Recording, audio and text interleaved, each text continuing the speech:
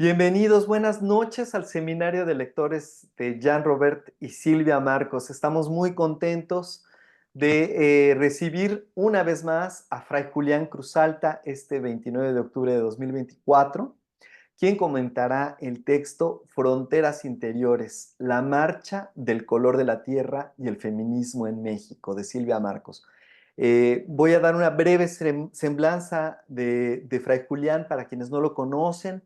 Es fraile dominico desde 1977, maestro en teología moral y maestro en teoría ecofeminista, pintor, miembro de la Cátedra UNESCO de Derechos Humanos de la UNAM. También es profesor de la Comunidad Teológica de México, fundador y asesor teológico de Católicas por el Derecho a Decidir, cofundador del Centro de Derechos Humanos Fray Francisco de Vitoria, cofundador de Iglesias por la Paz y conferencista internacional. Qué gran honor contar con Fray Julián Cruzalta. Buenas noches, Fray Julián. Hola, Cedo la buenas palabra. noches. Gracias por la invitación a seguir profundizando en esta obra tan importante que nos devela saberes y epistemologías indígenas y feministas. Muchas gracias por volverme a invitar. Yo con gusto las veces que pueda, porque este es mutuo aprendizaje de en colectivo, de leyendo e ir aprendiendo.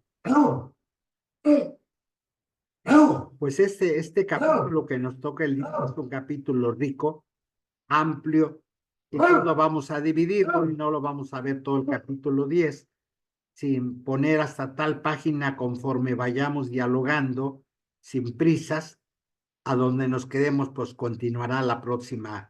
Y procuraremos que terminemos en uno de los temas para dejar la siguiente sesión que inicie con otra de las temáticas, los subtemas que vienen dentro del capítulo, que es muy rico, como ha sido todo el libro.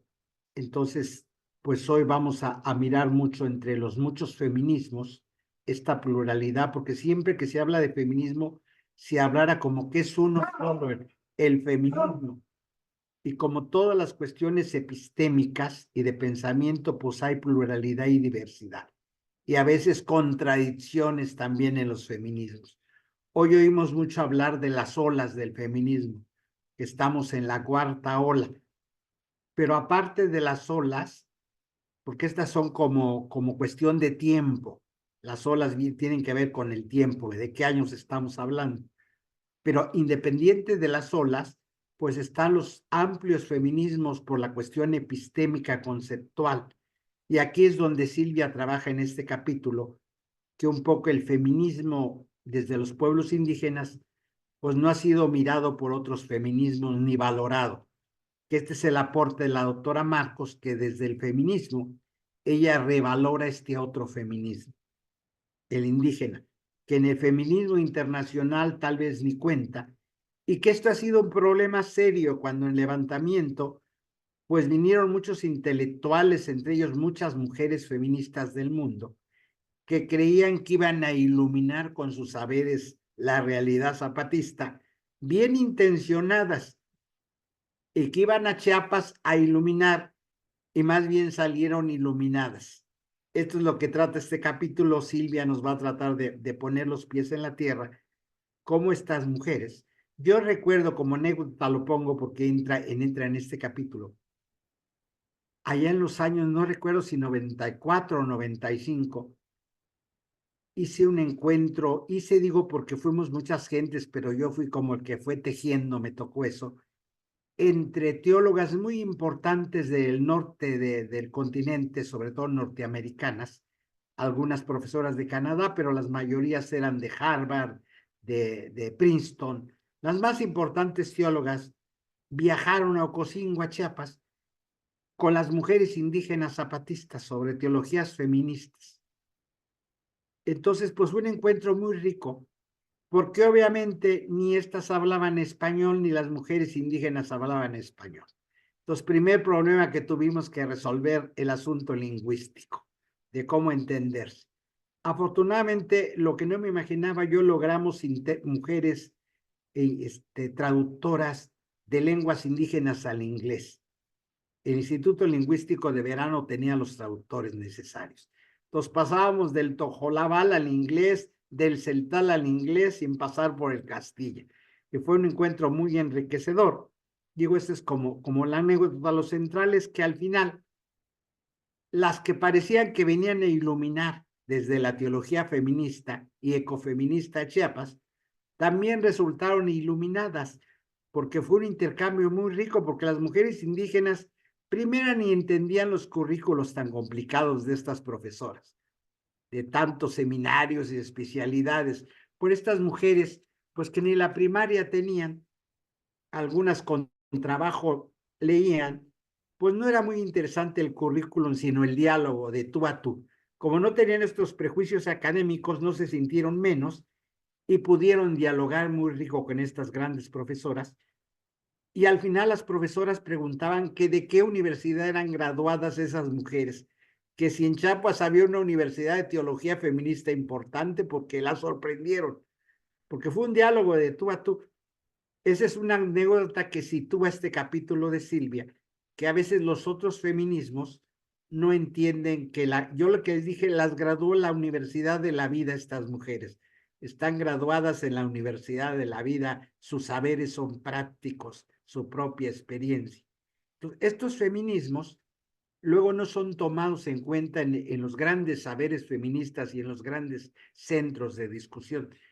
Hoy se está volteando la mirada porque otra vez el feminismo va agarrando desde lo de colonial.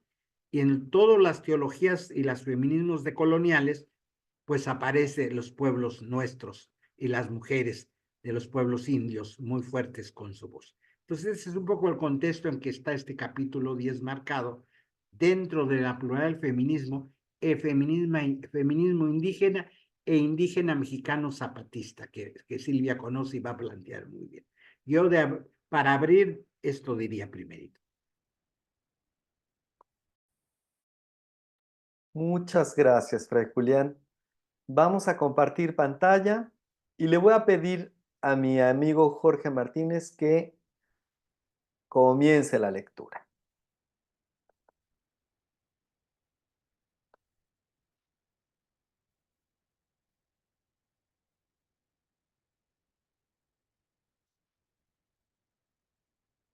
No sé si Sí, está... ya. Gracias. Gran honor, he dicho. Comenzamos. Capítulo 10. Fronteras interiores. La marcha del color de la tierra y el feminismo en México. El término feminismo evoca una promesa de resistencia a las diversas formas de opresión que enfrentan las mujeres. Pero la capacidad del feminismo para cumplir esa promesa ha quedado incompleta por no haber podido abordar adecuadamente la diferencia que significan la raza y la etnia para el género. En México, un cierto feminismo hegemónico reproduce con frecuencia la relación de la que habla Chandra Mohanty cuando describe los vínculos entre el discurso feminista del primer y del tercer mundo. Esta autora sostiene que el discurso feminista occidental ha producido una mujer del tercer mundo, mixta y singular, que es víctima impotente de la dominación masculina y de la opresión patriarcal. Cierro comillas. El análisis feminista urbano ha creado una hegemonía que muchas veces ha definido al feminismo indígena cuando le concede esta dimensión como él, la, otro, otra, exótico, exótica, extrañamente arraigado en la cultura y sin poder cuando no es inexistente. Esto es de Haidópoulou, del 2000. Esta referencia. En el texto que me propongo no solo abordar a la otra mujer, él, la, otro, otra, indígena, sino también volver a revisar el discurso dominante, algunas veces feminista, que representa a las mujeres indígenas como pasivas, sumisas, sometidas y circunstancias por opresiones patriarcales inevitables que provienen de su trasfondo cultural. Esto es lo que se propone Silvia trabajar. Los feminismos suelen estar sumidos en prácticas que siguen miméticamente teorías y prioridades feministas internacionales. Aprovecho para leer la referencia de este artículo que dice que originalmente fue publicado como Fronteras Interiores, el movimiento de mujeres indígenas y el feminismo en México, en Diálogo y Diferencia, retos feministas a la globalización, publicado por la UNAM y el CEICH, el Instituto de la Mujer para el Estado de Morelos, en 2008. Seguimos. Estamos insertas en el discurso feminista internacional, global y dominante. Y existe un cierto tipo de movimiento feminista en México que es una derivación del movimiento en el norte, entre comillas.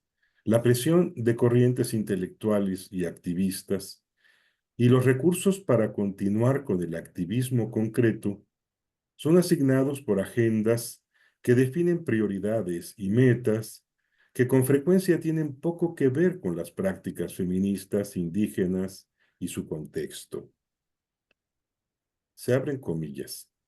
La ongización y transnacionalización del campo feminista latinoamericano han llevado a un número cada vez mayor de feministas a privilegiar algunos espacios de política feminista como los ámbitos de política del Estado e internacional, sobre los esfuerzos por promover la transformación cultural mediante actividades de organización y movilización orientadas a las bases populares, afirma Sonia Álvarez en una publicación de 1998. Cuando abordan, interpretan, evalúan o inciden en el movimiento indígena de mujeres, las feministas, socialmente privilegiadas, urbanas y de la élite, tienen que enfrentar el reto de desconstruir una estructura de prejuicios y discriminación en 3 niveles. 1, los supuestos marcados por el género que las feministas importaron a la situación de las mujeres indígenas. 2, las actitudes de superioridad masculina que se dan en el grupo indígena y que se le han comunicado selectivamente a la mujer feminista.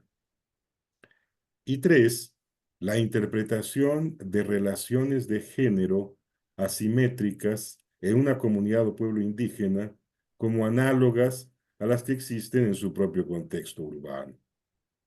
Ahí nos paramos un poquito, por favor, porque creo Sí. que es interesante esto que nos han compartido. Y antes de iniciar un comentario, preguntas, ¿cuánto tiempo vamos a tener para ir viendo? Porque como ahora empezamos diferente horario, no sé cómo va a estar la cosa, de tiempos.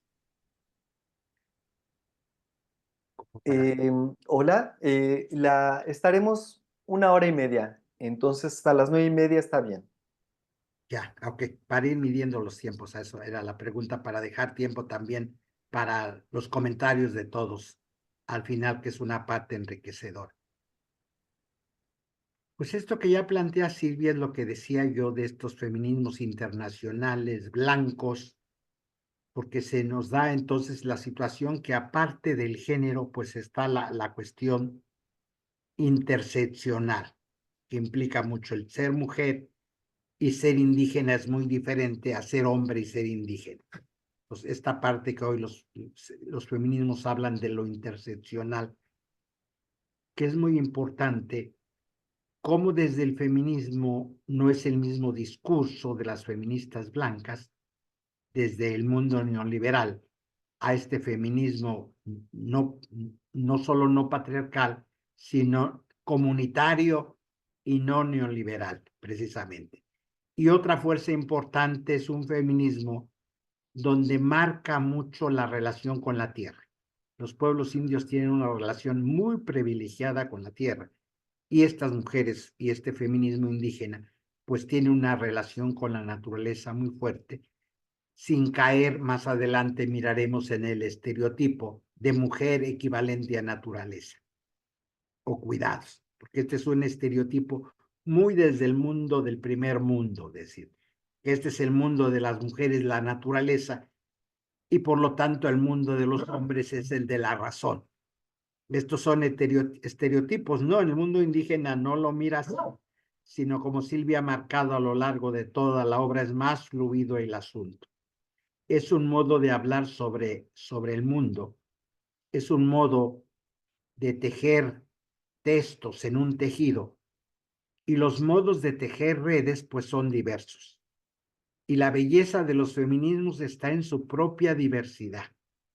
Y atrás de los feminismos, pues las epistemologías feministas hoy sabemos que son muy diversas. Y revelan una multiplicidad de poemas que existen en las mujeres zapatistas. Palabras no dichas enriquecedoras.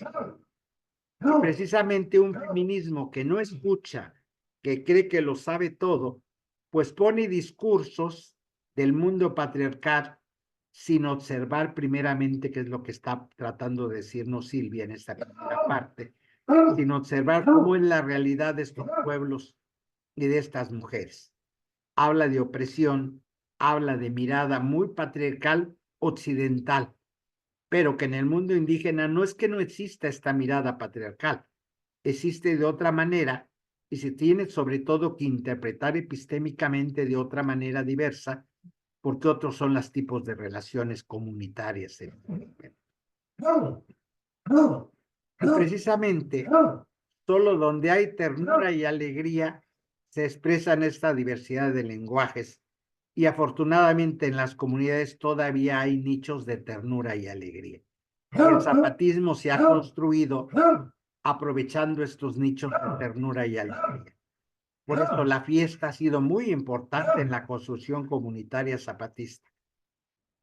Poco decir, el baile, la alegría, todo esto ha marcado las luchas zapatistas diferentes a unas luchas donde todo es sacrificio por el mundo revolucionario. Los que venimos de la izquierda estamos muy marcados por una izquierda patriarcal donde el sacrificio es lo número uno por la causa social.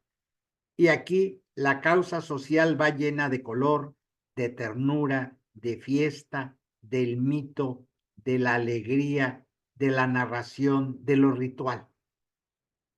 Y esto rompe otros feminismos que lo ritual lo miran solo como religioso y que lo quieren negar, porque lo religioso es del mundo patriarcal, del mundo opresivo hacia las mujeres, y estas mujeres son profundamente ritualistas, profundamente míticas, no rompen con esto. Entonces, aquí hay otra mirada que los feminismos globales desconocen y que llevan en el asunto patriarcal y en el asunto religioso.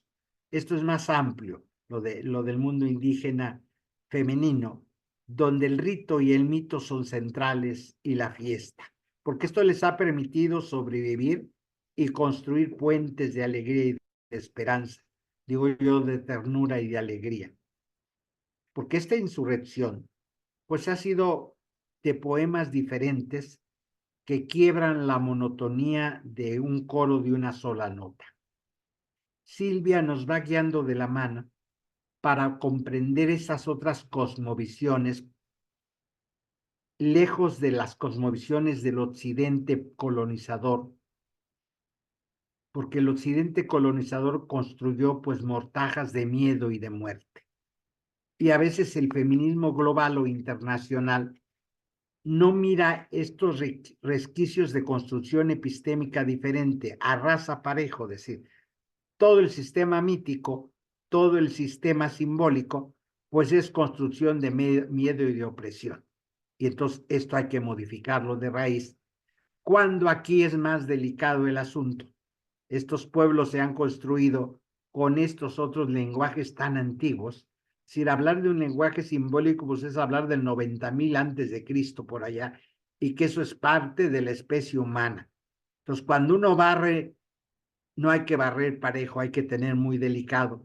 ¿Qué es lo que nos trata de mostrar Silvia en esta primera entrada de decir, hay que distinguir, no se puede barrer parejo, porque una mirada feminista muy blanca, muy occidental, barre parejo, llama todo de una manera generalizada.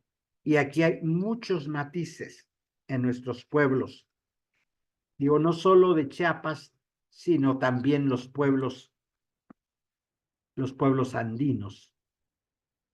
Por otro lado, el antropocentrismo y el androcentrismo moderno nos convirtieron en cómplices y legitimadores de la destrucción de bosques, de animales y de grupos marginales. Por eso estos feminismos indígenas son muy cuidadosos con la naturaleza.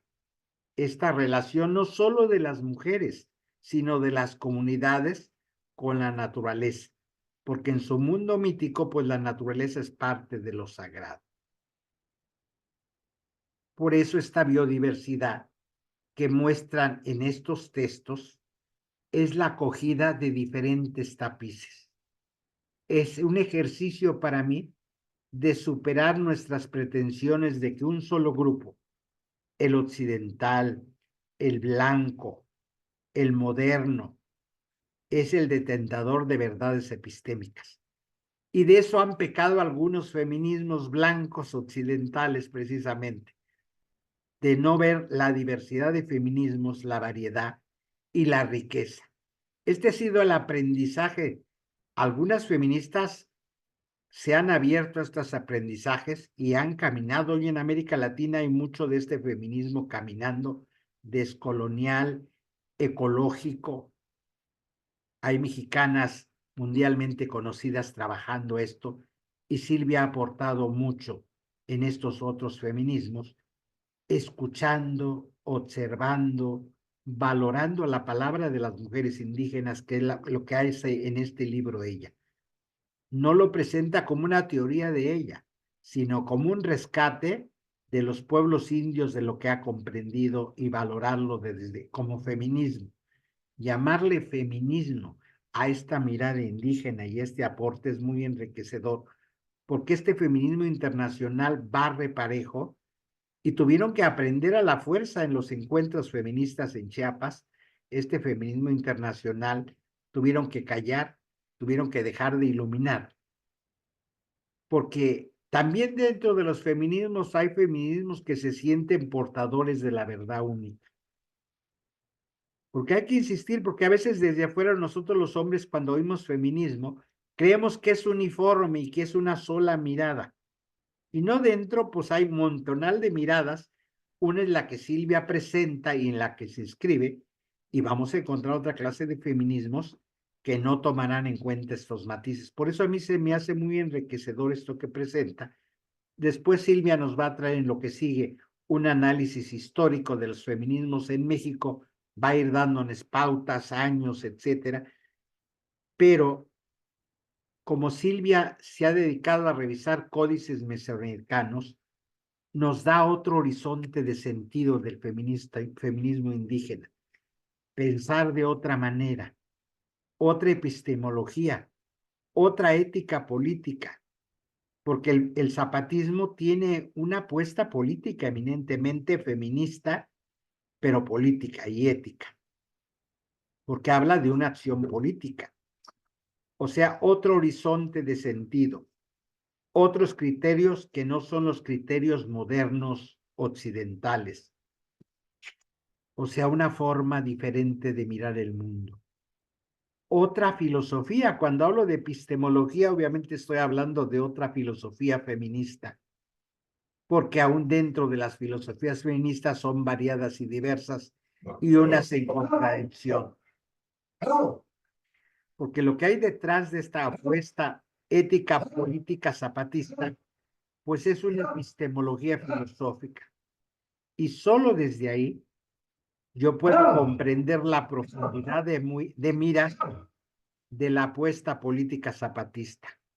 Solo desde ahí se puede entender puentes hermenéuticos para entender este movimiento de mujeres, y solo desde ahí se entiende que la primera ley que este movimiento saca en acción es la ley de las mujeres.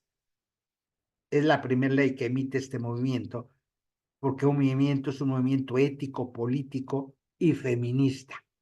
Y esto es lo que Silvia rescata en esta primera parte, porque muchos le han negado la parte feminista. Se mira como un movimiento muy masculino, guerrero, ejército, todo el patriarcado. Pero ya el compañero nos hablaba de estos ejércitos antiguos y la parte masculina, que tampoco son hegemónicos y rompen los moldes de mucha gente cuando uno habla de lo masculino. Si no, es más complejo y diverso el asunto, es más rico. Entonces, yo aquí diría una primera entradita a lo que Silvia, donde nos va a plantear y empieza a desarrollar esto por etapas ya situado en México.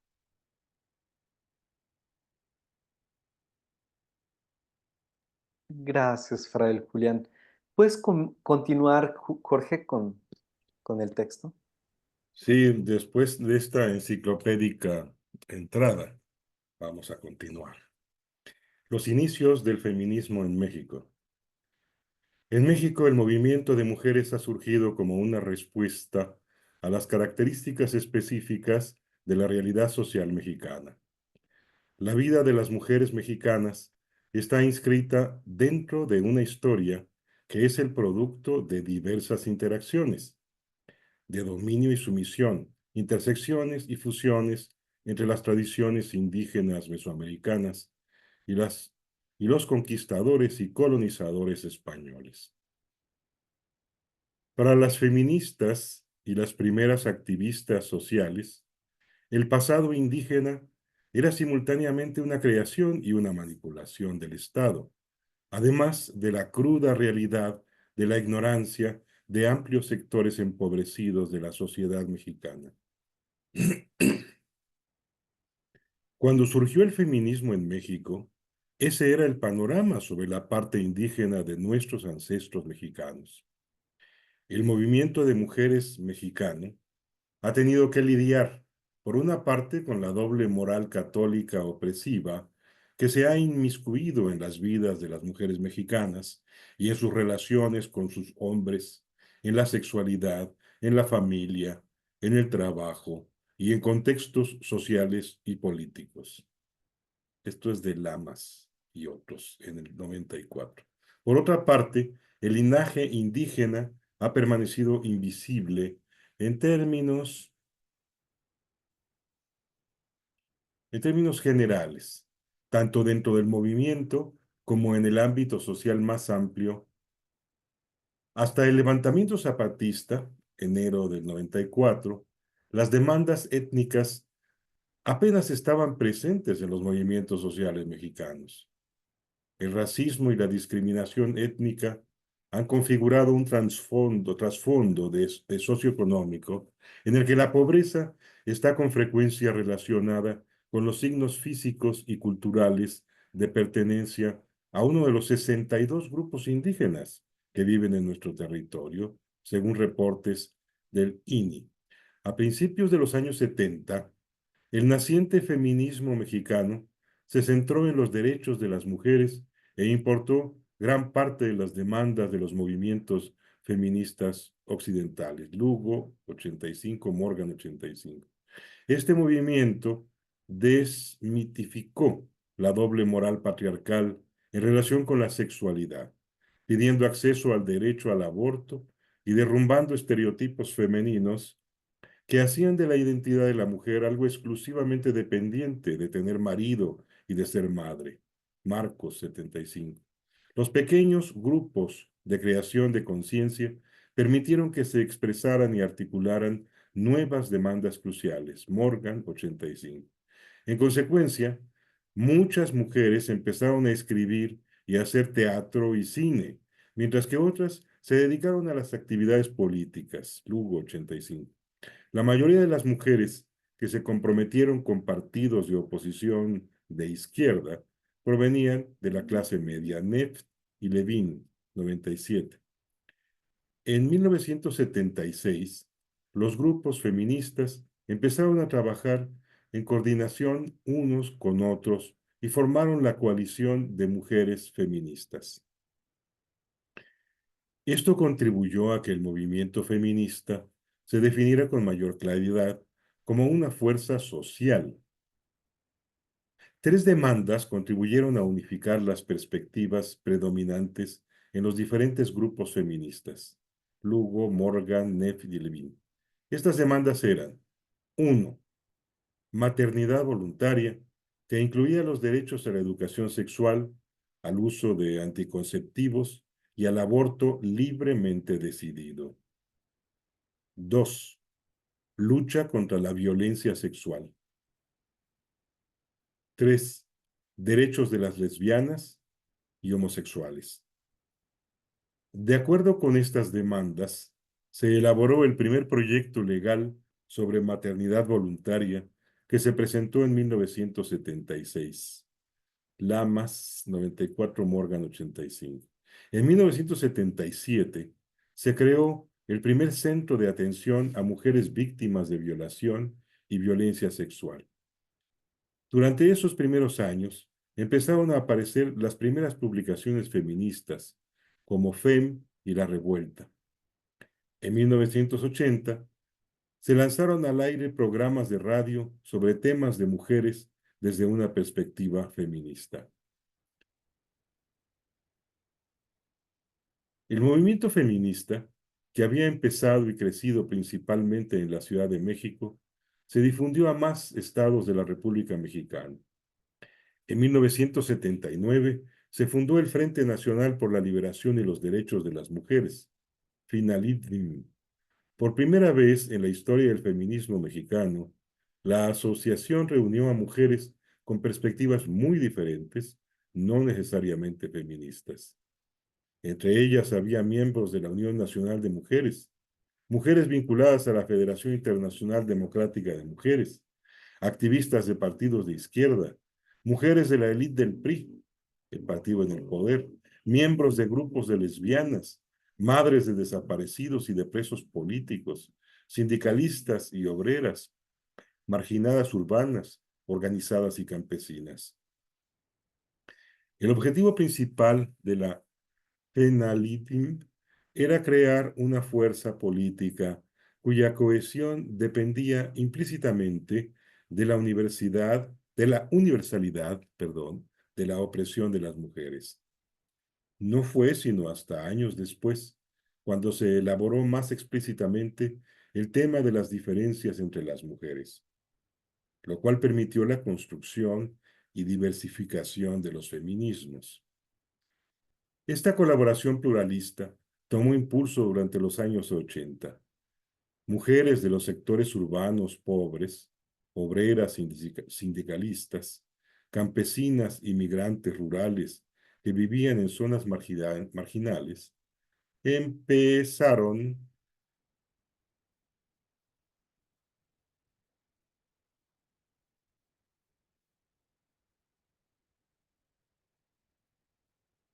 ¿Dónde estoy?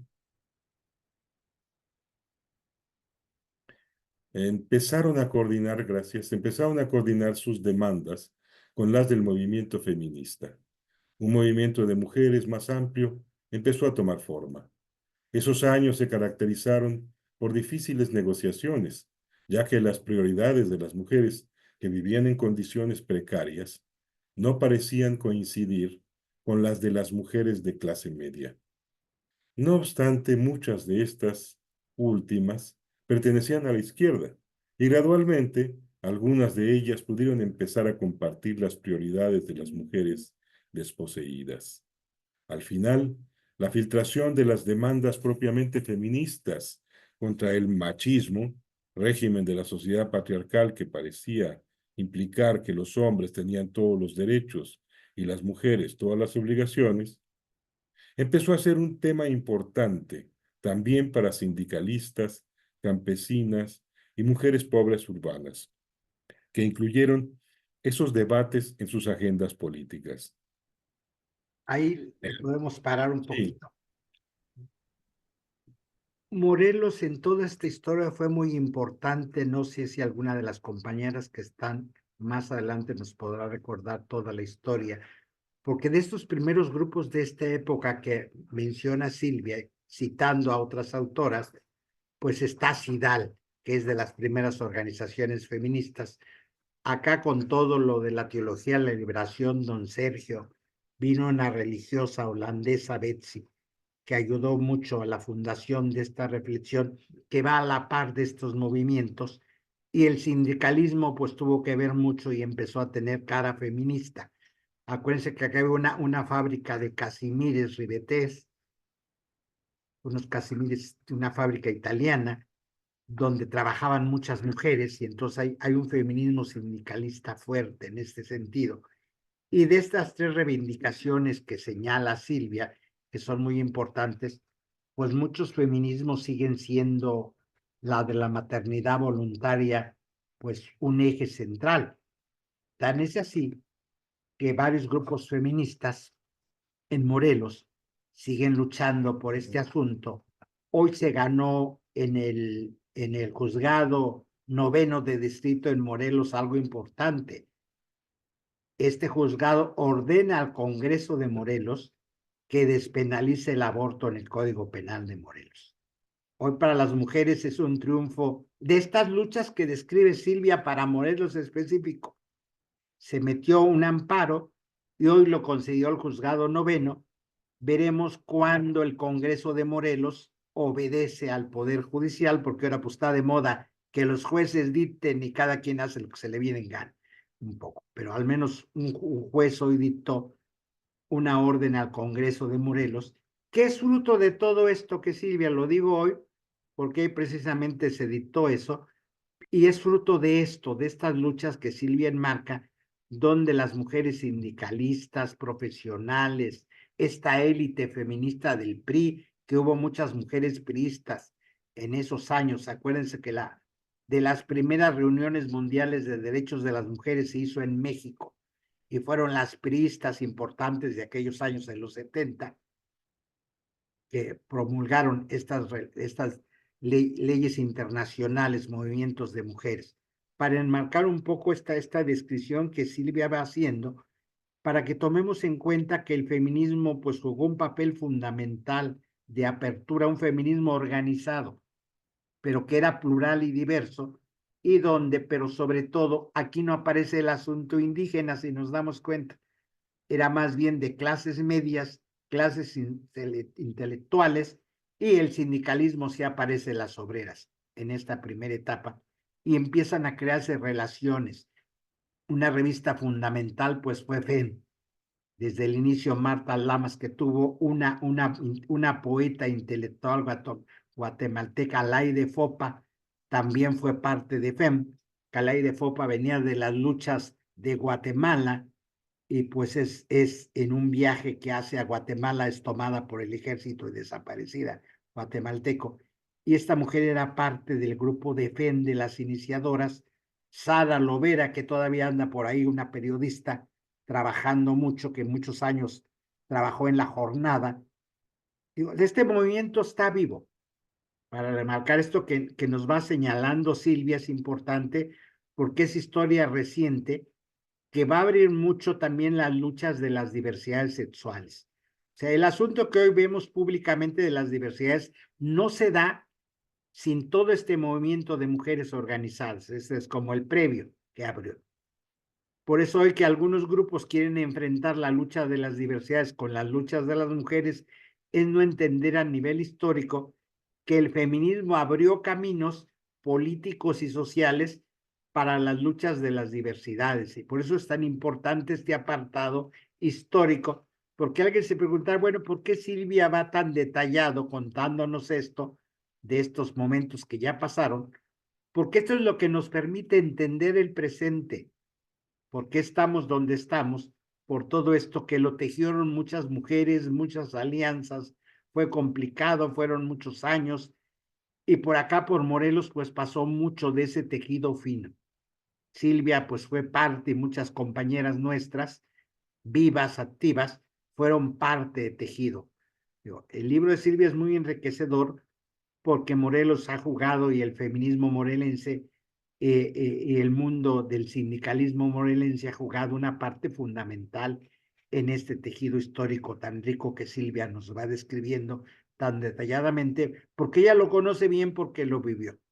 Es lo que quería un poco señalar yo en este punto, para que veamos la riqueza de este capítulo, porque si no alguien dirá, bueno, son muchas fechas, muchas personas, porque es importante para entender dónde estamos hoy y lo que vino después. Esto es previo. Aquí todavía el mundo indígena, estamos en la parte del indigenismo todavía, donde está el Instituto Nacional Indigenista, y que parece que los años no pasaron porque pues en el último sexenio se quiso regresar a un instituto con esta mirada, no en lo que se pudo avanzar en los 90 con la insurrección zapatista, sino estamos en esta época de mirar a los indígenas como asistencial el asunto, incluso del feminismo. Por eso fue la gran sorpresa esta insurrección feminista zapatista.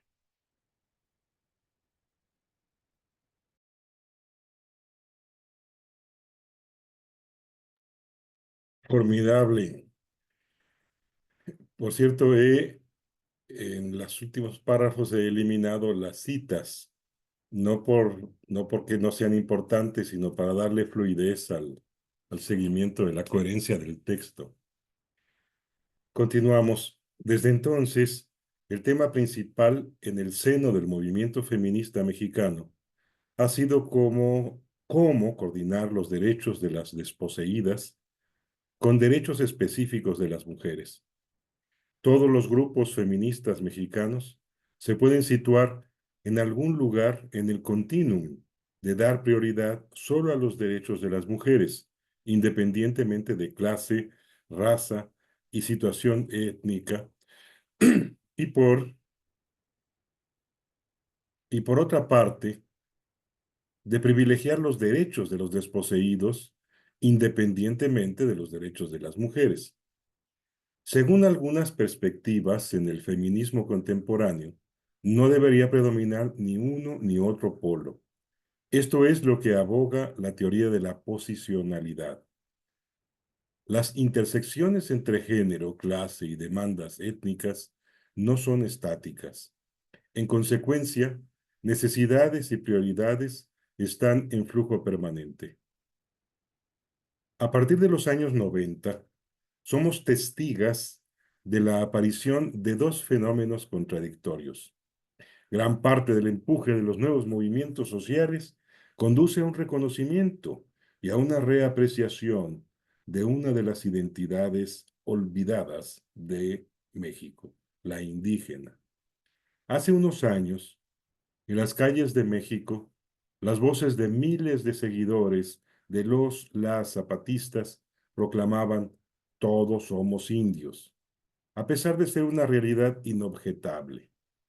Era sorprendente escuchar este lema en un país donde el racismo y la discriminación étnica han penetrado todos los estratos sociales, incluidos los movimientos de justicia social y el feminista.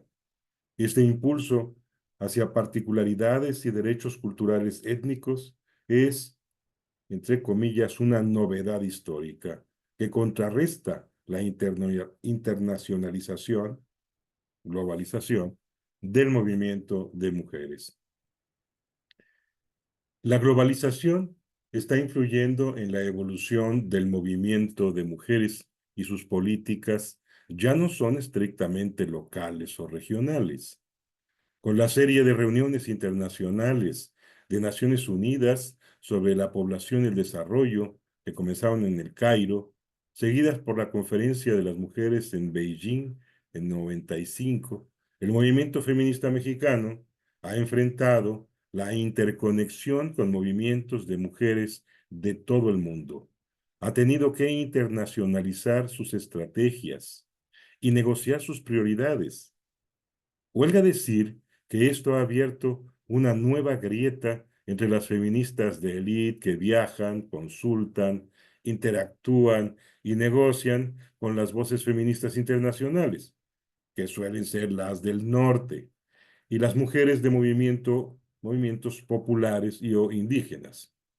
Además, esta organización y transnacionalización del feminismo latinoamericano, como lo dice Sonia Álvarez, parece que han conducido a privilegiar ciertos espacios de la política feminista y a descuidar el trabajo con los movimientos populares, indígenas y de bases.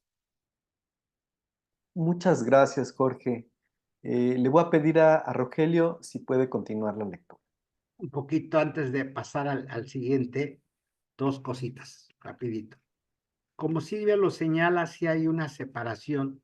Cuando uno, yo porque es un movimiento que conozco, en el que he trabajado 30 años, estos movimientos feministas, he sido parte de estas reuniones internacionales, lo conozco por dentro, me ha tocado acompañar a muchas compañeras a estas reuniones, y Silvia sí señala bien cómo está separado, porque en otros temas no es tan común, en otros temas, en ecología, en desarrollo, en la cuestión comunitaria, en otros temas de derechos humanos, pero en el feminismo internacional, pues se vuelve muy de élite, porque siempre las reuniones son en lugares muy caros, en hoteles muy caros. Entonces las organizaciones populares nunca pueden participar porque enviar a alguien a eso, pues requiere muchos dólares de entrada. Entonces se ha hecho un feminismo de mucha élite. Obviamente los pueblos indios no han participado de esto por los recursos. Digo, yo siempre me extrañaba porque siempre eran lugares muy caros, donde eran las reuniones en los países donde, aunque los países no fueran ricos, se buscaban lugares muy caros dentro de esos países. Por un poco, esto responde también a la financiación internacional, a todo esto. Esto está en el trasfondo de lo que Silvia señala, porque sí es real. Se volvió un feminismo el blanco muy de élites y muy caro, muy caro. Sí, siempre para enviar a una compañera o ir a una reunión, pues era muy caro porque siempre eran hoteles carísimos y todo era así como muy. Y en otros temas de derechos humanos se busca algo más medianón, donde la gente pueda estar presente. Entonces, esto hizo la diferenciación entre un feminismo blanco de élite y un feminismo más popular. Y esto, por eso la importancia del zapatismo, que nos presenta un feminismo más desde abajo, más popular, no de grandes centros financieros, no de muchos recursos económicos, porque si una reunión de esta sale carísima, porque siempre son lugares muy caros, la noche, hoteles muy caros. Yo siempre les he planteado a las compañeras, bueno, ¿qué necesidad es? Y siempre escoger las de las transnacionales, porque es un feminismo blanco que no toma en cuenta que se benefician solo pequeños grupos financieros del neoliberalismo, porque son parte de lo mismo. Pero estos son, por eso hablo de muchos, no estoy diciendo todo el feminismo, que no se vaya a tomar así, cierto feminismo blanco occidental, y que es al que se reacciona desde el feminismo indígena, que ya es lo que va a plantear Silvia, la reacción desde acá. Muy bien. Continúo la lectura. Una parte, pero aparte, el movimiento indígena de mujeres. A pesar de las consideraciones de algunas feministas de que no hay tal cosa como un feminismo de mujeres indígenas, otras voces también feministas han proclamado la existencia de una perspectiva feminista en las demandas de las mujeres indígenas. Tal como Grewal y Kaplan reflexionan en su introducción a Scared Hegemonies, el feminismo cobra muchas formas, a veces como una formación occidental hegemónica y a veces como una amenaza a la hegemonía occidental y a los patriarcados nacionales y regionales, como ellas plantean, Grewal y Kaplan. ¿Cómo podemos reivindicar que es de feminismo de lo que hablamos cuando hablamos del movimiento indígena de mujeres? En 1994, cuando se volvió visible el zapatismo en el sur de Chiapas, se hizo evidente una característica sorprendente. Aproximadamente 30% de los y las zapatistas eran mujeres. Las mujeres no solo estaban en las comunidades de apoyo, en los papeles tradicionales de las mujeres. Las mujeres eran insurgentes, soldado. En palabras de algunas de ellas, las mujeres estaban en el Comité Central Revolucionario Indígena, el SECRI. Eran comandantas, como la muy visible Ramona. También eran no solo insurgentes, sino que comandaban las fuerzas militares, capitanas, como Ana María, a cargo de la toma militar de San Cristóbal de las Casas. Además de esta presencia, el primer boletín que se publicó incluía la Ley Revolucionaria de Mujeres, del subcomandante Marcos en el 94. La primera revolución, alzamiento, dice el subcomandante Marcos, tuvo lugar en marzo de 1993 en el seno de las clandestinas fuerzas zapatistas. Los hombres en la guerrilla tuvieron que aceptar las demandas específicas caracterizadas por el género de sus mujeres. Ellas eran sus esposas, hermanas, compañeras de lucha, madres y mujeres capitanas en el seno del movimiento guerrillero. En palabras de Ramona, muchas resistencias tuvimos que vencer para venir. Les da miedo nuestra rebeldía. Por eso, en el EZLN nos organizamos para aprobar la ley revolucionaria de las mujeres. Por favor, mueve la página.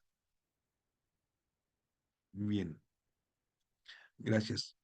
La ley revolucionaria de mujeres, aceptada por consenso en esta reunión, estipulaba claramente los derechos de las mujeres a la misma educación, a igual salario por el mismo trabajo, oportunidades de participar y de dirigir asambleas políticas y el derecho a heredar y ser propietarias de la tierra.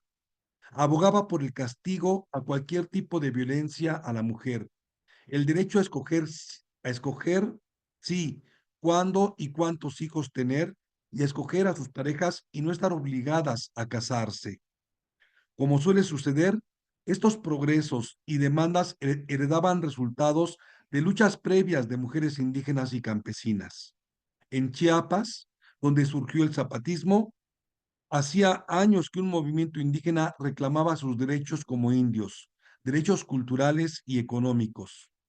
Fue especialmente crucial el Congreso Indígena de 1974. Se pudo coordinar de manera significativa las múltiples rebeliones inconexas de los años anteriores por los derechos indígenas, económicos, políticos y culturales. Las mujeres que participaron en ellos tuvieron ocasión de madurar en sus capacidades de dirigencia.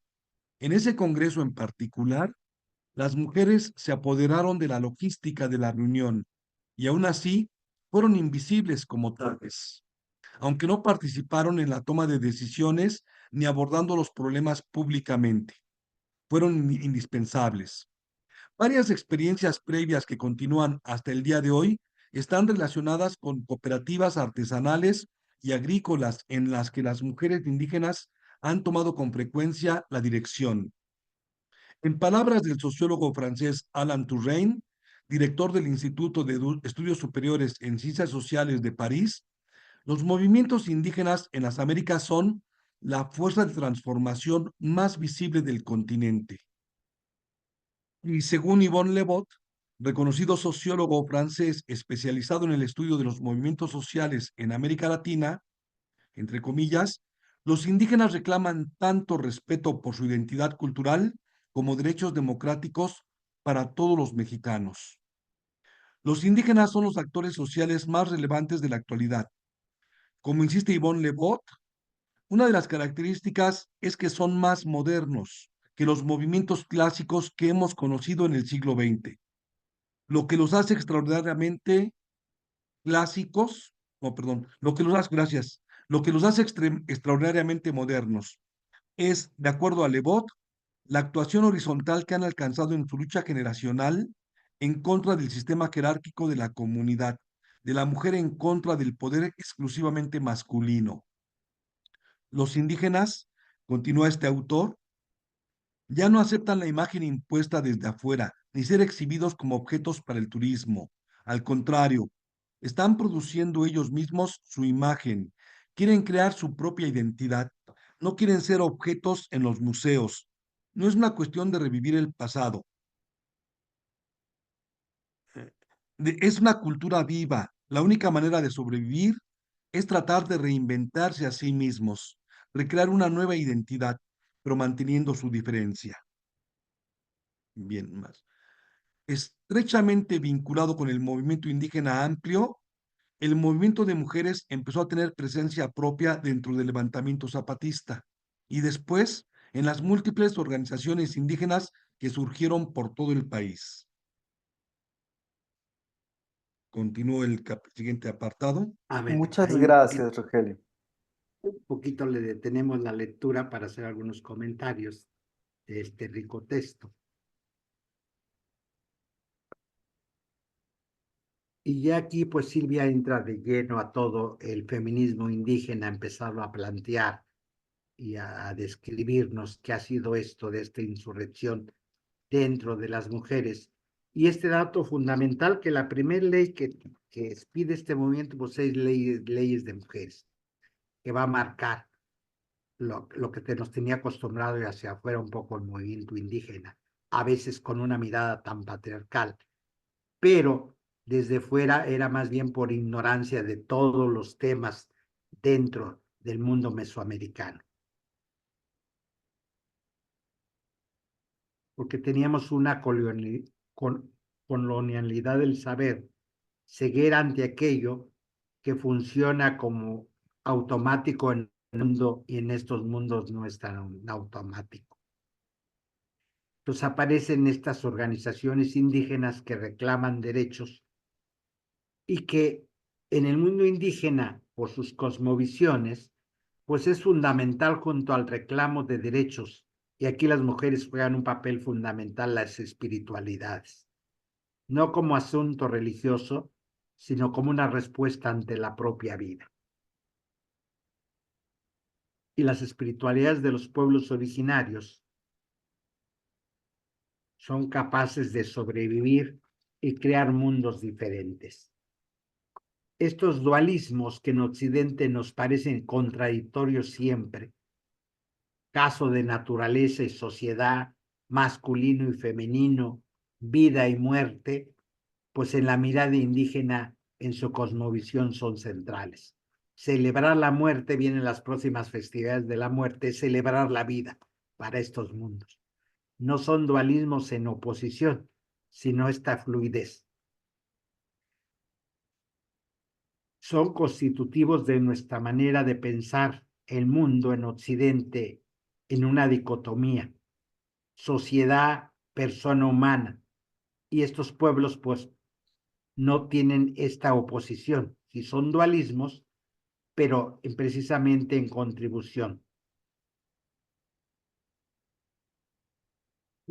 La condición necesaria para la expansión del capitalismo y de este mundo neoliberal pues fueron estos dualismos precisamente.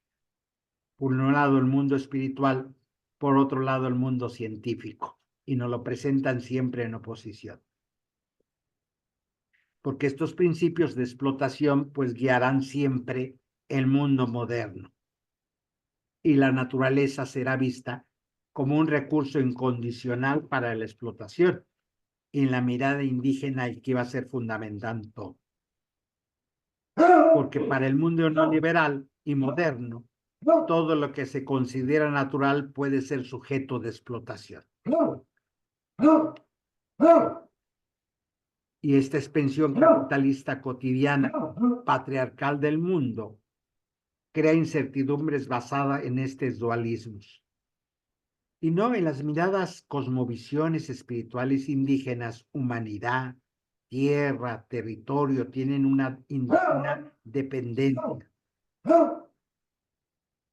La humanidad es inherente a la naturaleza y a la tierra en estos pueblos. Aquí es donde hay que colocar toda esta cosmovisión indígena y precisamente lo femenino y masculino no en oposición, como en esta fluidez. El maíz a veces en esta cosmovisión se presenta como masculino, en etapas de la vida del desarrollo es femenino. Todo es fluido hasta las sexualidades.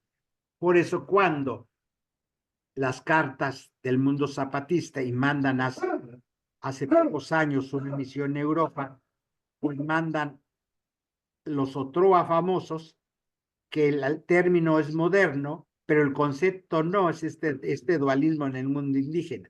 Y quien pensara que las diversidades sexuales es lo más alejado del mundo indígena, pues es desconocimiento de estas cosmovisiones sexuales en fluidez.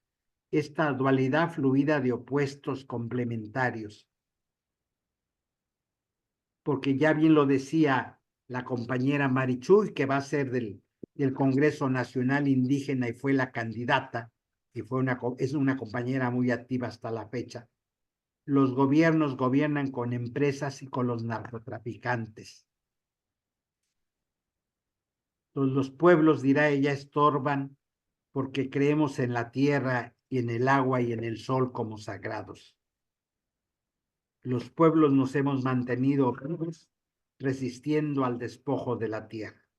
Y esta es la espiritualidad de los pueblos indios que está en el fondo, no este dualismo cartesiano, esta espiritualidad indígena como cosmovisiones fincadas en las relaciones de los contrarios. La fuerza comunal que retroalimenta el contacto con la tierra. Visión cósmica que vincula con fluidez a todos los seres de la tierra, humanos y no humanos. Es lo que percibe vibrar en las celebraciones zapatistas.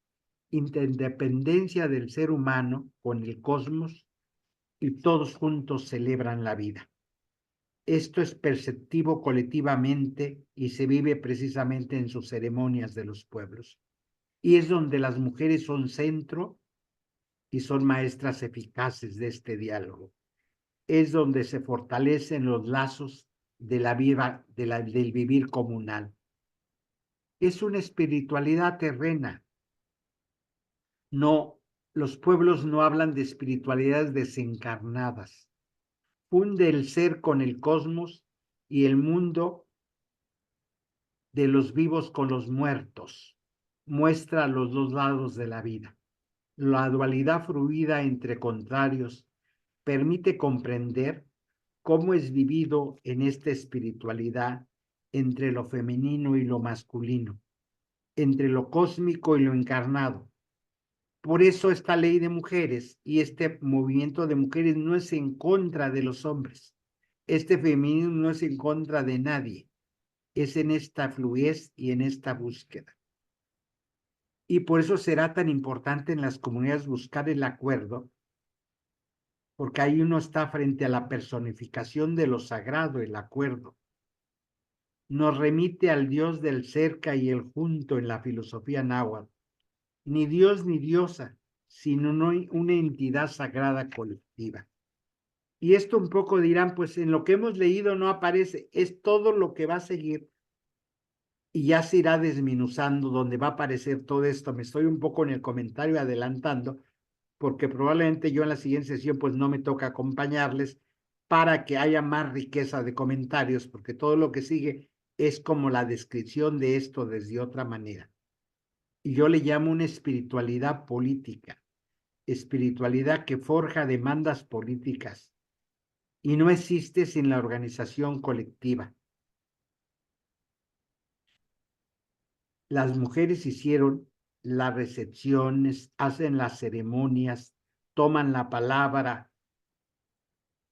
y dirá el zapatismo, pues es la hora de las mujeres en ellas y con ellas los discursos giran, porque ahí está el pensamiento fluido dual femenino-masculino, porque es el tiempo de los pueblos. De nuevo, los polos en conjunción, los opuestos se reencuentran y se reúnen. Lo político y lo espiritual se reúnen en esta cosmovisión. Hablan con sus cuerpos. Por eso es tan importante la danza, el canto, el baile, sus trajes. Hay una función ritual de la ceremonialidad indígena. Esto va a ser central en el lenguaje. Y es un lenguaje eminentemente político. Restitución y recuperación de los significados dentro de los pueblos. La función y el compromiso de la comunidad organizada. Cuerpo, carne, materia, no están desvinculados del espíritu comunitario. Se reza bailando, el cuerpo está imbricado en la tierra y conectado con los 4 rumbos del universo. Es colectividad y la colectividad toma cuerpo bailando y rezando. Y estos son los nuevos feminismos que irrumpen con el zapatismo muy fuerte y empiezan a hablar las compañeras del sentipensar, no solo pensar. Y hoy es común en estas epistemologías descoloniales hablar de sentipensar. Esto es lo que prepara ya este capítulo que vamos a iniciar, las mujeres indígenas más allá del zapatismo, que precisamente prepara esto. Y yo creo que podemos continuar otro tracito de lectura, otro, Bien. otros planes. Fray Julián, el comentario que estás haciendo es muy rico, muy interesante, muy profundo. Y no sé si sería mejor, si tienes más comentarios y más apuntes, mejor escuchar o dialogar y Sí, dejar a lo mejor. que estamos como a la tercera parte Del texto sí, para del texto. no ir tan rápido y avanzar, porque es muy rico esta parte. Sí, entonces podríamos dejar aquí la lectura y en cambio comentar más porque creo que tienes más apuntes, más ideas que has subrayado de este texto y preferible comentarlo. A mí algo que me deja pensando este último comentario que hiciste, claro, el ir profundizando en estos feminismos indígenas, en este pensamiento de Silvia Marcos a lo largo de varias sesiones, es que pienso que estos feminismos no es exclusivo de las comunidades indígenas zapatistas, sino que es prácticamente universal por lo que yo he podido sentir, aprender de otras, esto a través de las artes sobre todo, pero lo vi a través del conocimiento de los tambores en Senegal, lo vi en el Mojiniyatam y en las comunidades que hacían danza hindú, estilo Mojiniyatam en la India. Y había un sagrado, a una experiencia sagrada, fluida, como mencionas, Fray Julián, un sentipensar, una idea de la sacralidad, de los elementos, de los ríos, de la tierra, del sol. Eh, Curiosamente, siempre aparece el elemento de la diosa. O sea, por ejemplo, están presentes deidades femeninas en casi todas estas espiritualidades indígenas, ¿sí? Indígenas de todo el mundo, no nada más americanas, sino también africanas, también asiáticas. También podríamos decir que está en el sustrato de las espiritualidades anteriores al cristianismo. Son preguntas que me hago al leerte, al escucharte, y que son producto de 30 muchos años, más de 30 años de reflexiones y de acompañar a tantos movimientos feministas, Fray Julián. Entonces me parece importante preguntarte, por lo menos a mí como un laico, eh, cómo es que la religión puede volver a estructurar de alguna manera un camino que incorpore estos saberes, estas nuevas epistemologías y las encauce a una sociedad que las pueda incorporar de manera que pueda darle pues esperanza a este planeta. Yo siento que nuestra civilización occidental, y digo nuestra porque yo evidentemente no tengo ninguna base para decirme, ay, soy indígena, ¿no? Me gustaría decirlo. En el texto aparece esto del 94 como un momento pivotal en el que muchos de nosotros, estoy seguro que casi todos marchamos y acompañamos con un especial entusiasmo al EZLN. Yo recuerdo haber sido muy joven y haber descubierto a poetas indígenas contemporáneos mexicanos que me marcaron profundamente. Y bueno, todo esto, ¿no? Luego, después, en mi camino, me acerqué a ciertas espiritualidades indígenas relacionadas con el uso de los psicotrópicos, que son tan importantes en las cosmovisiones indígenas, y con eso aprendí mucho de de los pueblos autóctonos de México, sin duda. Fray Julián, a estas preguntas, ¿qué tiene que decirme según su gran experiencia? Pues hay que recuperar y comprender estas otras formas de tratar el mundo y las epistemologías sin reducirlas a nuestros conceptos de justicia para las mujeres, porque ese sería volver a ese otro feminismo occidental blanco, porque hay colonialidad del saber, y esta colonialidad del saber nos remite a un ambiente que se constituye como ceguera.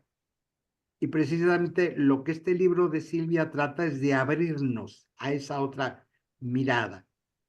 Porque si no hay una violencia epistémica que se genera desde el momento de la conquista y la colonización y que ha continuado en el México independiente. Los saberes contenidos en la práctica de organización dan cuenta de esos mesoamericanos, porque son procesos complejos que inciden con los fundamentos del conocimiento hegemónico, creencias naturalizadas que aparecen como lo lógico en nuestro mundo occidental. Tienen lógica, pero hay otras lógicas. Las lógicas mesoamericanas no es que sean ilógicas, nada más son otras lógicas. Por eso hay que buscar raíces epistémicas que nos permitan recrear nuevas formas de inspirar nuestras prácticas. Y es desde el concepto de género en el dispositivo mesoamericano. Los géneros en Mesoamérica son metáforas, son raíces del universo, son arreglos fluidos y duales de este pluriverso. Deconstruyen los binarismos. El feminismo indígena es un gran aporte para el feminismo. Nuestro esfuerzo es subjetivo y también colectivo. Es teórico y es práctico. Es emancipatorio en la pluridiversidad. Por eso hay que hacer, me parece, una revisión analítica de nuestras prácticas y nuestras prácticas espirituales. Más que religión, yo hablo de espiritualidades indígenas, han sido invisibilizadas por esfuerzos políticos, aún de las izquierdas, que han tratado de destruir desde buena fe, pero desde un desconocimiento de estas epistemologías, porque no se reconocen otras formas de ver a México. Por eso hay que hacer concienzudos análisis hermenéuticos de prácticas corporales que expresan otras cosmovisiones, otras. Hay que obligarnos a los mestizos a bajar, no quedarnos en el folclorismo, no quedarnos en estas fiestas en la flor de cempasúchil o en los alimentos. Hay que bajar otra manera de construir el mundo. Y esa manera de pensar el mundo, pues es una filosofía mesoamericana y maya, que siempre ha estado viva en nuestros pueblos. Es lo que Silvia hace un gran esfuerzo, y atrás están los grandes temas del libro. Digo, este es como llevar a la práctica lo que ella ha señalado en los anteriores capítulos, este capítulo 10. La dualidad, la fluidez, el equilibrio, la corporidad, la categoría corazón como categoría epistémica, porque uno oye corazón y piensa uno en el sentimentalismo, en las emociones. No, en el Mesoamérica es una categoría epistémica corazón. Entonces, todo eso está atrás. No quedarse en solo esto o en cosas interesantes. Hay que descodificar para saber qué significa simbólicamente. Y este es el esfuerzo, me parece, de este libro de Silvia. Y aquí entra en lo práctico aplicado a los feminismos, es la riqueza del capítulo 10, que esto que ha tratado en todo el libro lo aplica a su propio tema, los feminismos. Hay un reto para los feminismos descoloniales frente a los fundamentalismos religiosos. Por eso no hablo de religión, ni ella habla de religión, Silvia habla de esta espiritualidad indígena que está en el trasfondo. Y aquí yo abriría, creo, para el comentario común del grupo, que podemos enriquecer este texto, ya lo hemos leído, abriría el micrófono para todos los demás y las demás, que esto es como que yo provoco, me toca provocar un poco y que lo tejamos en grupal, porque esto es el feminismo indígena, trabajar en grupo, como tejer en grupo.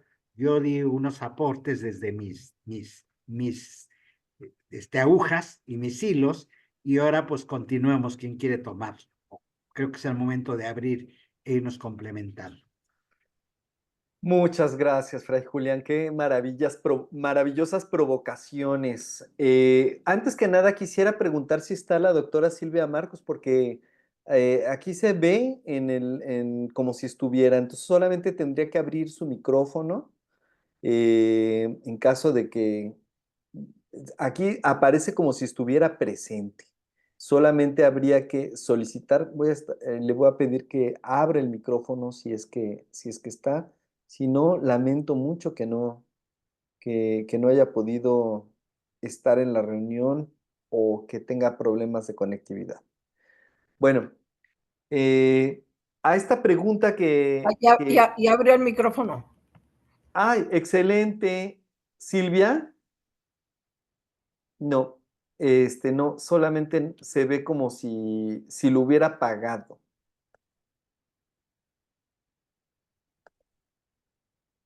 En fin. Eh, la pregunta que estamos haciendo, esta provocación a mirar otras cosas, la verdad es que es una pregunta, mi pregunta que hago, compañeros, ¿no? Hemos leído algunos de nosotros tomado de los labios de Silvia Marcos, cómo está recurrente este pensamiento que profundiza a través de los diferentes capítulos de este libro. Y estas provocaciones de Fray Julián ya nos ponen a pensar en esta espiritualidad. Eh, Pienso en Elías González, no sé si lo conocen, Elías González, algunos de ustedes, con su idea de que a veces hay un monopolio de la religión y a veces de la espiritualidad. Efectivamente, son espiritualidades. Y me gusta mucho, a mí me sorprende al leer a Silvia Marcos y estas cuestiones, por ejemplo, de lo que mencionaban del corazón.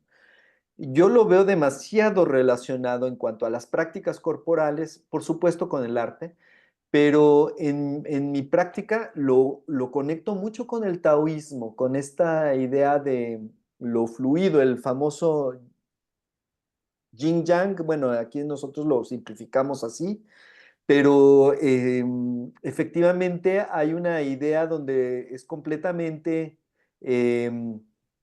lo masculino y lo femenino están constantemente en flujo, ¿no? Uno no termina, tampoco uno es cielo ni es tierra, siempre están los dos dialogando, como mencionaba el maestro. em, lo, la concepción encarnada junto con la cuestión inmaterial de la idea, ¿no? Están en nosotros coexistiendo. También los pluriversos está ahí presente. Recientemente tuvimos el honor de recibir a una maestra que es casi como una chamana del cuerpo, japonesa, que se llama Yumiko Yoshioka. Estuvo aquí dando un taller de 4 días, sobre el cuerpo, y ella mencionaba al cuerpo como un lugar depositario de las fuerzas de la naturaleza, muy en sintonía con las ideas que menciona Silvia Marcos de las concepciones indígenas del cuerpo y lo pongo para decir si curiosamente, todos estos pensamientos desde el taoísmo, el shintoísmo, de donde parte la danza buto, o los tambores africanos, o tienen esta espiritualidad donde ponen en el centro esto que le llaman lo misterioso femenino, lo sagrado femenino. En el taoísmo lo menciona mucho el Tao Te Ching, que aquí lo tengo, ¿no? Mantente en lo femenino, dice el Tao, ¿no? No luches contra nadie, como una estrategia también de guerra. Lo dejo ahí para que, no sé qué piensan. A mí quiero dialogar con el texto de Silvia de esta manera, como artista, como alguien que tiene una ascética corporal. Eh, no sé, Había levantado la mano Jorge Jorge, Martínez y gracias, por luego yo. favor. No, gracias a todos ustedes. Muchas gracias.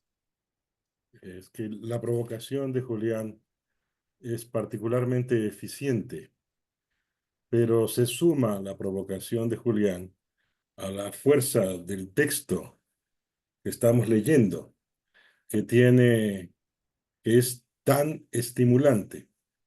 Pero además a estas dos fuerzas se suma la fuerza primigenia de las propias mujeres zapatistas. Entonces, estamos en primer lugar frente a una gran dificultad que consiste en cómo administrar nuestras capacidades para poder seguir las maestranzas que vienen del zapatismo y sus mujeres, de Julián y de Silvia, porque estas intervenciones son cada una, es decir, cada una de estas fuerzas de contenido, de información, de enseñanza, nos sacuden constantemente, nos sacuden, nos provocan y nos mueven a pensar. Pienso también en las inquietudes de Jesús con respecto a la trascendencia que puedan tener todas estas enseñanzas del feminismo zapatista y de sus parentescos con otras tradiciones. Yo creo que sí, que es evidente de que el feminismo zapatista no ha inventado la comunión, no ha inventado las energías, la imaginación, el atrevimiento, ¿no? Pero lo ha vuelto a descubrir. Como decía el poeta, ¿no? Que el feminismo zapatista eh, vuelve a decir de otro modo lo mismo, ¿no? Es decir, con respecto a las grandes tradiciones. Ahora, yo encuentro que el feminismo zapatista eh, no es solamente algo que nos libera de, vamos a decir así, las opresiones o las limitaciones del feminismo convencional o occidental. Evidentemente, salen de esto que hemos leído del texto de hoy, surgen elementos como para poder comprender cómo se ha ido desarrollando el feminismo occidental con sus atributos y sus problemas. Pero la originalidad del zapatismo, del feminismo zapatista, reside también en que, y quizá eso tiene que ver con las cosas que le preocupan a Jesús, con que abre ventanas, con que nos muestra horizontes, horizontes a los que nos podemos asomar todos. El feminismo que estamos del, frente al feminismo zapatista, lo que tenemos no es solamente una crítica al feminismo. O sea, no nos ayuda tan solo a comprender la manera como el feminismo ha evolucionado y encontrar su originalidad, sino que es en buena medida una crítica de la cultura. Lo que está haciendo el feminismo zapatista es que nos está remitiendo, nos está refiriendo a la cultura en su conjunto, a la sociedad en su conjunto, es decir, a la filosofía en su conjunto. Es una episteme tan poderosa que nos permite, desde los orígenes de cada quien, encontrar nuestro propio camino en los términos en que se plantean, es decir, esta fuerza crítica, esta rebeldía, pero que no se queda en una rebeldía, sino que no es solamente un pensamiento en contra, es un pensamiento y una praxis propias y originales que se abren a la posibilidad de que cualquiera de nosotros la pueda asumir. De alguna manera, en otras intervenciones he planteado este tipo de cosas, es decir, la fuerza del zapatismo y particularmente del feminismo crítico, del feminismo zapatista, radica en que nos abre a la posibilidad de comenzar a fundar otra vida, porque el feminismo zapatista es, me parece a mí, un entusiasmo. O sea, no es solamente un pensamiento, no es solamente un episteme, no es solamente una práctica, es fundamentalmente un entusiasmo, una entrega fervorosa a la vida desde nosotros mismos, desde ellas mismas, ¿no? Ese feminismo, nos permite volver sobre nuestros orígenes, repensarnos, reinterpretarnos y nos abre la oportunidad de encontrar a cada uno de nosotros un lugar en ese mundo nuevo que ellas han abierto.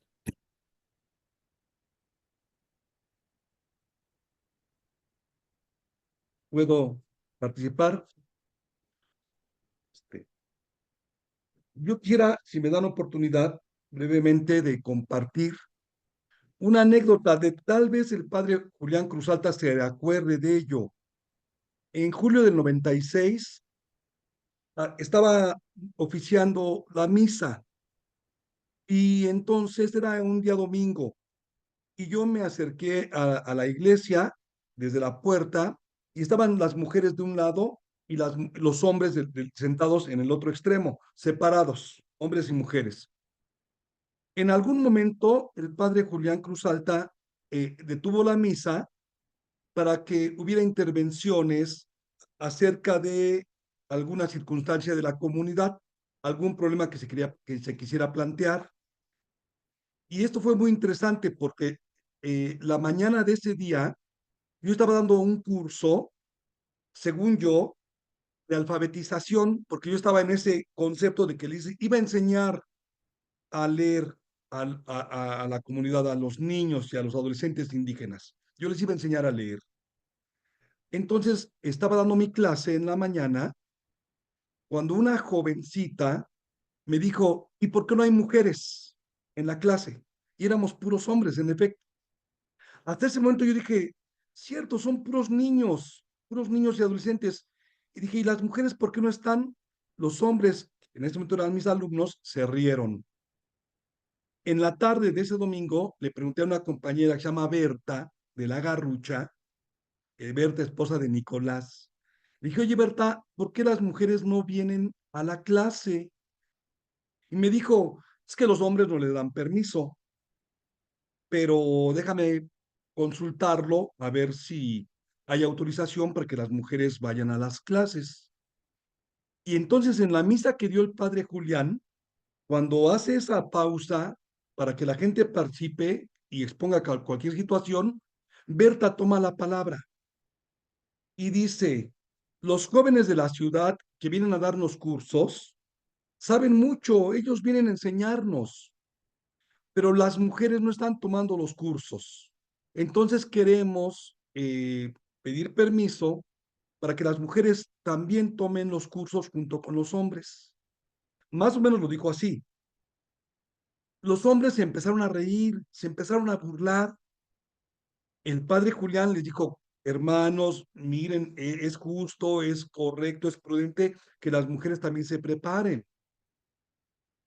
Entonces, ante la algarabía y las risas burlonas de los hombres, yo dije, son zapatistas, no se pueden reír así. O sea, yo decía, aquí no hay machismo, ¿no? O no puede haberlo. Lo había, lo había también, lo hay de hecho. Pero de pronto Berta toma la palabra y dice, me lo aprendí casi de memoria, porque lo escribí. Berta dijo, el problema de las mujeres es que los hombres son de dos corazones. Con un corazón te dicen la verdad y con otro corazón te dicen la mentira. Es como los esposos que con un corazón te quieren y con otro corazón te pegan. O como los gobiernos que con un corazón te prometen y con otro corazón no te cumplen. Las mujeres somos de un solo corazón. Cuando los hombres aprendan a ser de un solo corazón, la vida será más fácil. Así lo dijo Bert, una mujer indígena que apenas hablaba español, que no sabía leer, que tendría por ahí más o menos de 20 años de edad. Pero yo encontré en su discurso justamente esta categoría epistémica de la que nos habla Julián Cruz Alta, de cómo el corazón no piensan con el cerebro, piensan con el corazón y eso da otra percepción. En su discurso había una conceptualización humanista de igualdad, de equidad, de derechos humanos, de derechos de la mujer. Yo me quedé impresionado. Yo de inmediato tomé notas de lo que acababa de presenciar, porque Berta lo dijo, Berta lo traía en su interno y lo dijo simplemente. Entonces, creo que parte de lo complejo es que tenemos que conocer la cultura indígena no desde la academia. Digo, esa es una posibilidad, pero tenemos que estar ahí. El proyecto de la escuelita, donde íbamos y convivíamos y dormíamos y comíamos y trabajábamos con una familia, era de algún modo entender cómo viven la vida, cómo se involucran con la tierra, cómo se involucran entre ellos, cómo se llaman hermanito, aunque no sean hermanos de sangre. Lo creo que tiene que ver con esta categoría del corazón. Las mujeres zapatistas son de un solo corazón verdadero. Los hombres, zapatistas y no zapatistas, aprendimos a ser de dos corazones. Y creo que uno de los problemas fundamentales está ahí, que no hemos aprendido a ser de un solo corazón. Gracias. Gracias. Muy revelador todos los comentarios. Servando, Marigeli, Alicia, que están presentes. eh, no sé si quieran comentar algo. Pues es que estoy totalmente de acuerdo. Es dentro de la espiritualidad y todas las religiones y teologías o conocimientos esotéricos lo hablan, ¿no? La unión del corazón a través de la vía cordial o vía del corazón, no hay otra.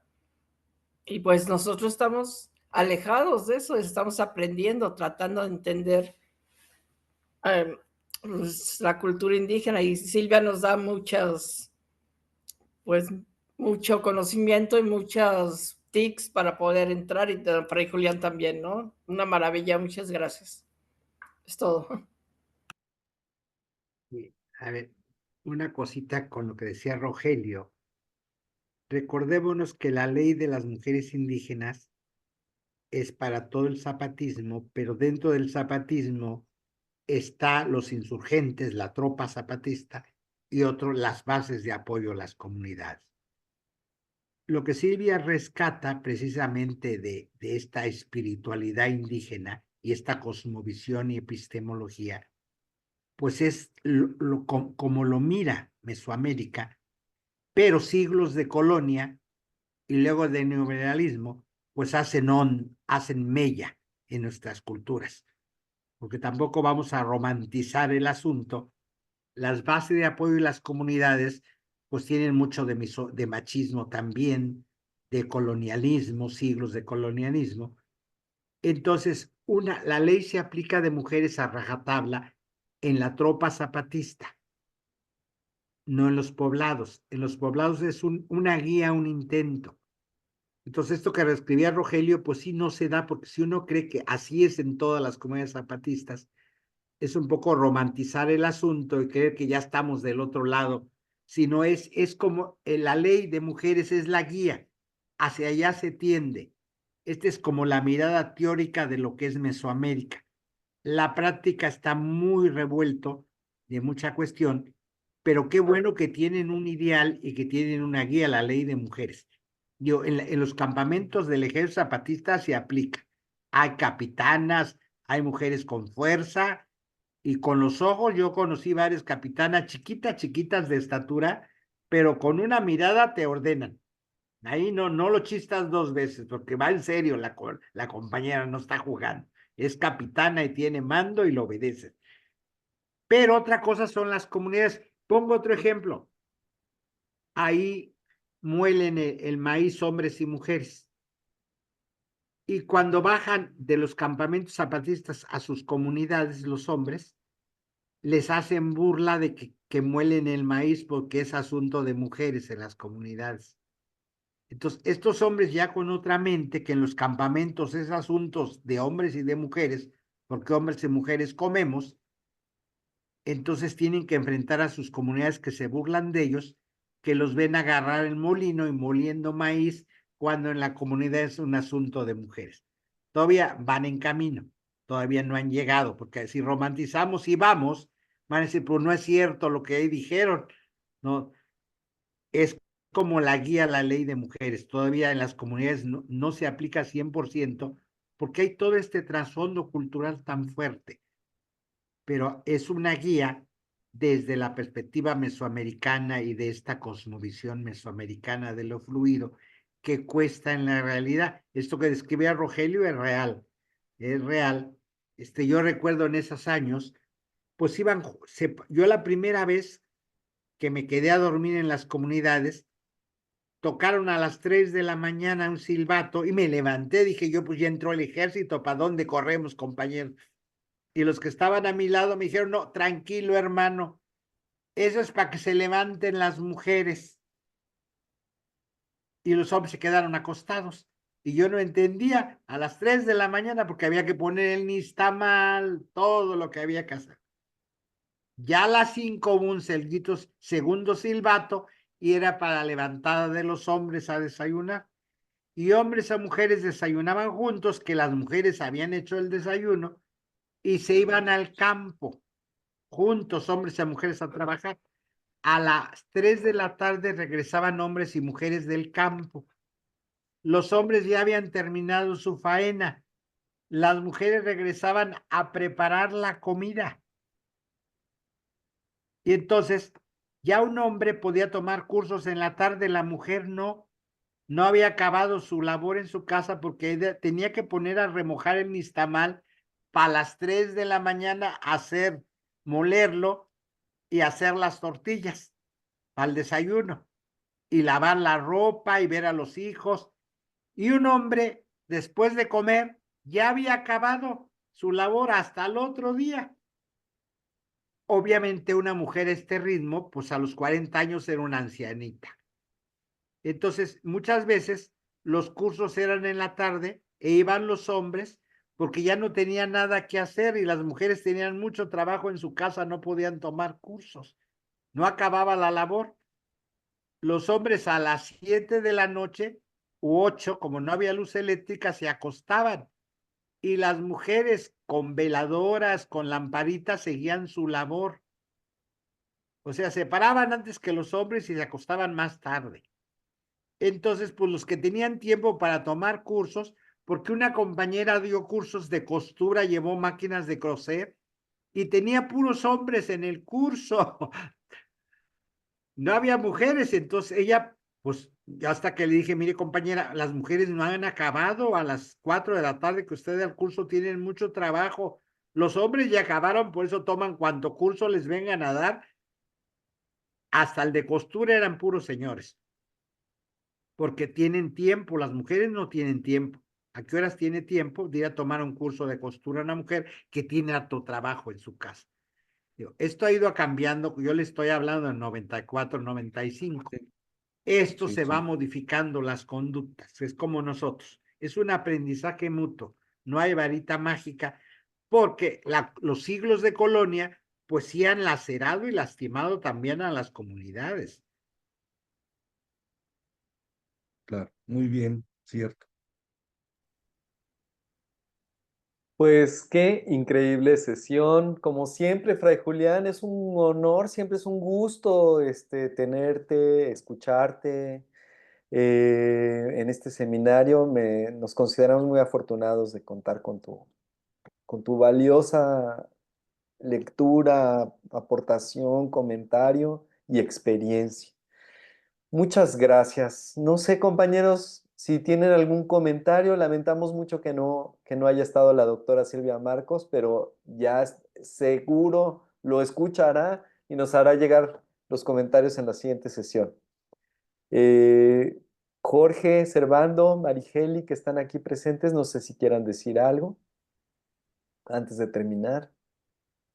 No, maravillosa sesión.